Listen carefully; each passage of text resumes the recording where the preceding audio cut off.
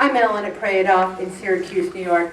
We talk about things like cleaning pantries. We talk about things like planning. We talk about how we need to eat less, move more, and pray. We all know all that stuff. We know it all.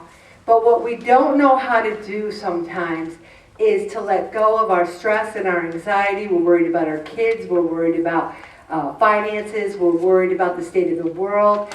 And we just have a lot of anxiety that so often turns us to eating because we self-medicate by eating things.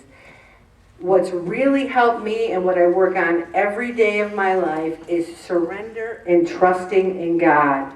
The surrender part sounds defeatist, but really what it is liberating. If you are the vice president to God, like I've been my whole life, like, okay, I trust you, Jesus, but I'm not quite sure you're going to come through, so I'm going to do this right now. And it's so much energy, so much stress. And you say, Jesus, I trust in you.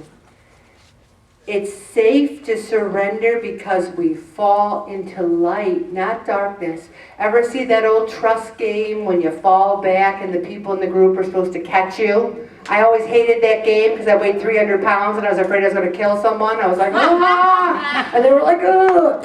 The thing is, when we surrender to Jesus, He always catches us. He is the light.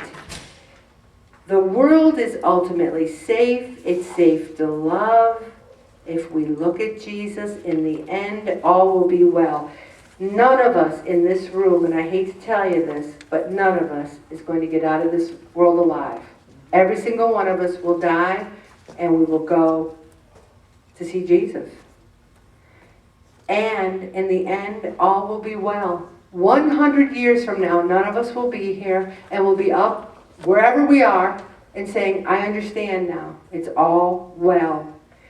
There's so much distrust and self-protection everywhere. We are in the world. We can't be of the world. We can't take care of ourselves. We can't make ourselves whole. We can't hide our weaknesses from others.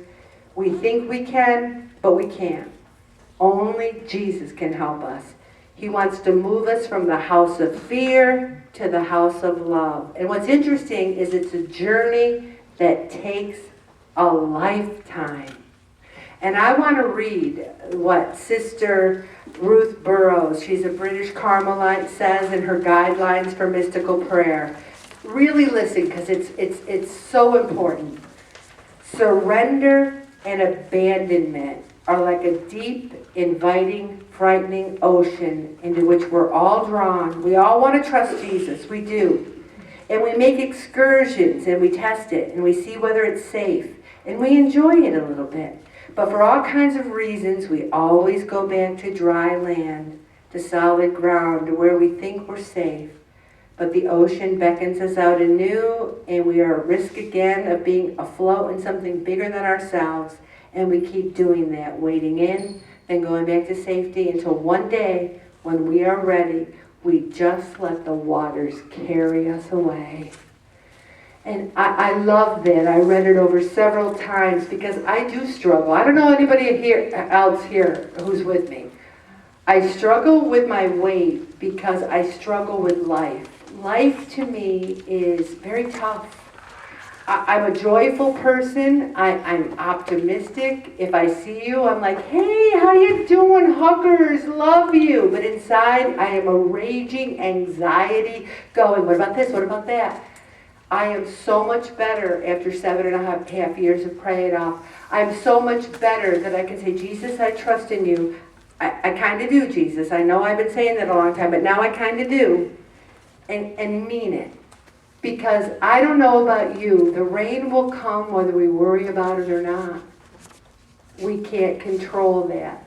We are only in control of a few things, and that's why there's a lot of eating disorders. People who are anorexic and bulimic aren't weak. They're trying to find some control in their life because they feel out of control.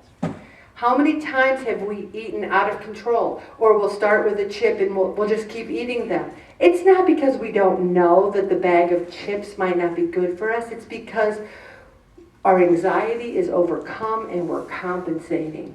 And what I say to all of you, and I say it to myself, is that if we just stop and say, I'm afraid of what's going to happen, but you promised me, Jesus, that you'd never give me more than I could handle. And at times we think it is more. Like especially if you've lost a child or a spouse or someone you care about so deeply, you think, I'll never be able to love again or smile again or laugh again. But he's there with his hand out extended, and he gives you other people in your life who will take that hand and never let go. And I'd like you all to prayerfully listen to the lyrics to the song.